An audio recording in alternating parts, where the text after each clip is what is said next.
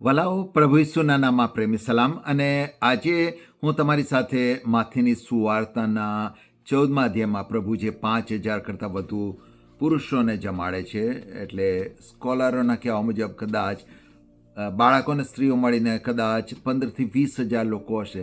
અને પ્રભુ એ ચમત્કારમાં ખાલી 5 રોટલી અને 2 માછલીનો ઉપયોગ કરે છે. પણ એ ચમત્કારની અંદર પ્રભુ પોતાના શિષ્યોને કહે છે, બોલાવીને કહે છે કે તમે તેઓને જમવાનું આપો. હવે પ્રભુને ખબર હતી કે પ્રભુ શું કરવાના છે. પ્રભુને એ પણ ખબર છે કે અંધારું થવા આવ્યું છે. પ્રભુને એ પણ ખબર છે કે લોકોને ખોરાકની જરૂર છે. પણ તો પછી શિષ્યોને જે પ્રભુ સવાલ પૂછે છે એની પાછળનો મતલબ શું છે? અને જ્યારે એ બાબત પર હું વિચાર કરતો હતો ત્યારે મને ખ્યાલ આવ્યો કે પ્રભુને ખરેખર મારીને તમારી જરૂર નથી એના કાર્યો પૂરા કરવાના માટે. જ્યારે પ્રભુના શબ્દ માત્રથી સૃષ્ટિનું સર્જન થયું, પ્રભુએ કીધું કે અજવાળું થાવ ને અજવાળું થયું. પ્રભુના શબ્દ માત્રથી સૃષ્ટિનું સર્જન થયું. તો જ્યારે સુફ સમુદ્રનો ભાગ કરવાનો થયો ત્યારે પ્રભુને મૂસાની શું જરૂર પડી કે પ્રભુએ કહેવું પડ્યું કે મૂસા તારો હાથ લાંબો કર અને સમુદ્રના ભાગ થઈ જશે. શા માટે પ્રભુને જરૂર પડી કે યરીખોના કોટ તોડવાના માટે કે લોકોએ પોકાર પાડવો પડ્યો? અને ખરેખર તો સમુદ્રનો ભાગ એ પ્રભુએ કર્યો હતો અને યરીખોના કોટ પ્રભુએ તોડી પાડ્યા હતા. તો પછી પ્રભુને માણસોની જરૂર શું છે? મિદ્યાનીઓના હાથમાંથી ઇસ્રાયેલ પ્રજાને છોડવા માટે શા માટે પ્રભુએ ગિદિયોનને ઉપયોગ કર્યો? અને જ્યારે એ બાબતોનો વિચાર કરતો હતો ત્યારે મને ખ્યાલ આવ્યો કે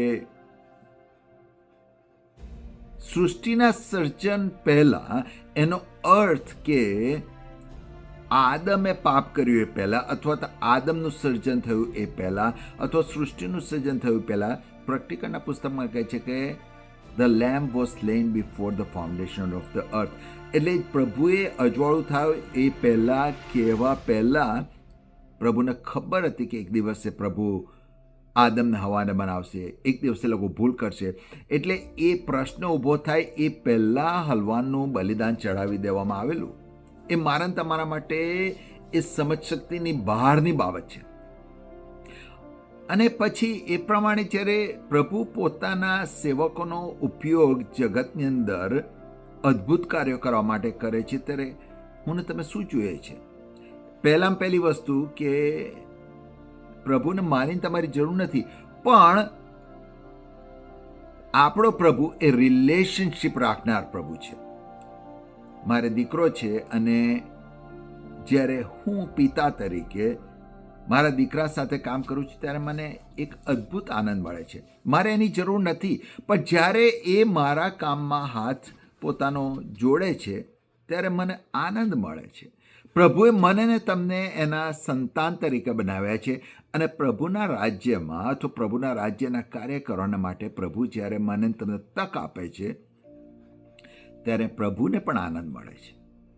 અને માથીની સુવાર્તાના 14મા અધ્યાયમાં તમે જુઓ કે પ્રભુ પોતાના શિષ્યોને એક બાબત શીખવાડવા માંગતા હતા કે જ્યારે પ્રભુ હાજર હોય છે ત્યારે સર્વ હું ને તમે કરી શકીએ છીએ.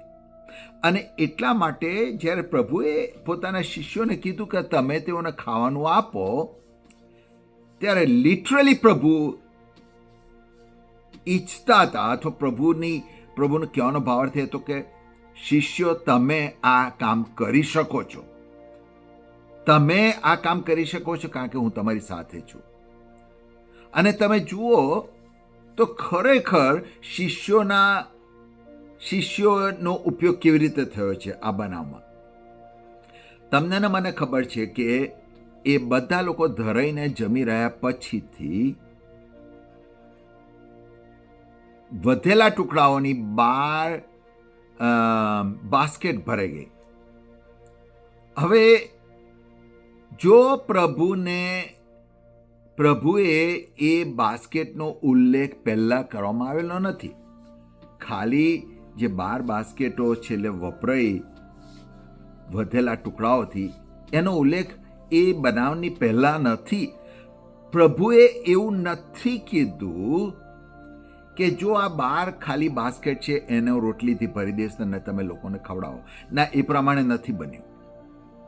અને તમે અંદાજ લગાવો કે જો એ લોકોએ જેટલા લોકો, માની લો કે 20,000 લોકો છે, પુરુષો સ્ત્રીઓ મળીને, બાળકો મળીને, તો અને એ લોકો ધરાઈને ખાયા, એટલે એવરેજ પકડો તમે, ધારો કે એક જણ 3 રોટલી ખાય તો 20,000 લોકોના માટે 60,000 રોટલી થઈ, અને માછલી તો હજુ બાકી છે.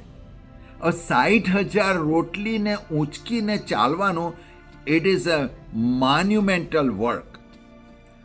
તમને ખબર છે કે લગ્ન જમણમાં આપણે જ્યારે જમણની તૈયારીઓ કરીએ છીએ ત્યારે 1000 જેવા લોકોના માટે પણ કેટલા મોટા દેગોની જરૂર પડે છે. ત્યારે અહીંયા તો 60,000 રોટલીઓ એટલે 20,000 લોકોનું જમણ થઈ રહ્યું છે. કે એ ઊંચકે ક્યાં? એ લોકો કેવી રીતે કરી શકે? જો તમે ખરેખર નેરેશન વાંચો એ સ્ટોરીનું, તો પ્રભુએ રોટલીનો ટુકડા કરી અને પોતાના શિષ્યના હાથમાં મૂકી. એનો અર્થ માની લો કે પિત્તરના હાથમાં પ્રભુએ 2 રોટલીના ટુકડા મૂક્યા. પિત્તર કઈ રોટલીઓના ઢગલો ઊંચકીને ચાલતો નથી, પણ માની લો કે પિત્તરે એના હાથમાં 2 રોટલીના ટુકડા છે અને એ વિચારતો હું શું કરું, અને એણે 1 રોટલીનો ટુકડો લોકોને ખાવા આપ્યો અને એના હાથ તરફ જો, ફરીથી એના હાથમાં 2 રોટલીના ટુકડા છે. આઈ થિંક કે મલ્ટિપ્લિકેશન, બ્રેડનું અને ફિશનું મલ્ટિપ્લિકેશન શિષ્યોના હાથમાં થયું છે. એ લોકો ટોકરીઓ અથવા બાસ્કેટો ઊંચકીને ચાલતા નથી, બાઇબલમાં એવો ઉલ્લેખ નથી, પણ એ બધા ધરાઈ રહ્યા પછી પ્રભુ કહે છે કે હવે તમે જાઓ પેલી ખાલી બાસ્કેટોથી એ ટુકડાઓ ભરો, અને 12 બાસ્કેટ ભરાઈ. મને લાગે છે પ્રભુ એ લોકોને શીખવાડવા માંગતા હતા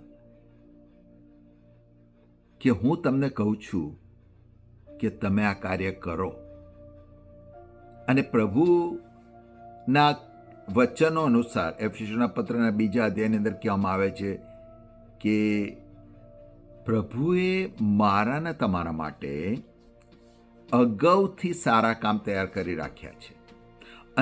અને એ કામ જ્યારે હું ને તમે કરીએ છીએ ત્યારે એમાં પ્રભુ આપણી સાથે કાર્ય કરે છે, અને એમાં પ્રભુને પણ આનંદ મળે છે, મને તમને પણ આનંદ મળે છે. પણ એની સાથે સાથે જ્યારે હું ને તમે એ પ્રભુના કાર્યો કરીએ છીએ ત્યારે પ્રભુ મને તમને આશીર્વાદ આપે છે. હું એવું માનું છું કે પ્રભુ મને ને તમને આશીર્વાદ આપવાના માટે કાર્યો તૈયાર કરે છે, બીજા શબ્દોમાં. એટલે આજે જો પ્રભુએ કોઈ કાર્યના માટે તમને તેડ્યા છે અને તમારી બિયોન્ડ કેપેસિટીની વાત છે, તો તમે પ્રભુનો ધન્યવાદ આપો. કારણ કે જ્યારે જે અશક્ય કામ પ્રભુ તમને કરવાનું કહે છે, તો પહેલાં પહેલી વસ્તુ પ્રભુને તમારામાં વિશ્વાસ છે. કોઈકે એ પ્રમાણે કહ્યું છે કે જો તમારી સામે ગોલિયાત છે તો એનો અર્થ એ કે પ્રભુએ તમારામાં દાઉદને જોયો છે. પ્રભુએ તમારામાં જે મૂકેલું છે એના અનુસંધાનમાં પ્રભુ કહે છે કે તમે આ કરો, અને પ્રભુ મને તમને અનુભવ કરાવે છે કે આપણે પ્રભુ જ્યારે સાથે હોય ત્યારે અદ્ભુત કાર્ય કરી શકીએ છીએ. મને નથી ખબર પ્રભુ આજે તમારા દ્વારા કયું કામ કરવા માંગે છે, પણ એટલું ચોક્કસ છે પ્રભુએ તમારા માટે કામ તૈયાર કરેલું છે, અને એ કામ જ્યારે તમે કરશો ત્યારે પ્રભુ તમને આશીર્વાદ પણ આપશે. કારણ કે જ્યાં પ્રભુ હાજર છે ત્યાં સર્વ શક્ય બને છે. આશા રાખું છું પ્રભુએ તમને આશીર્વાદ આપ્યો છે.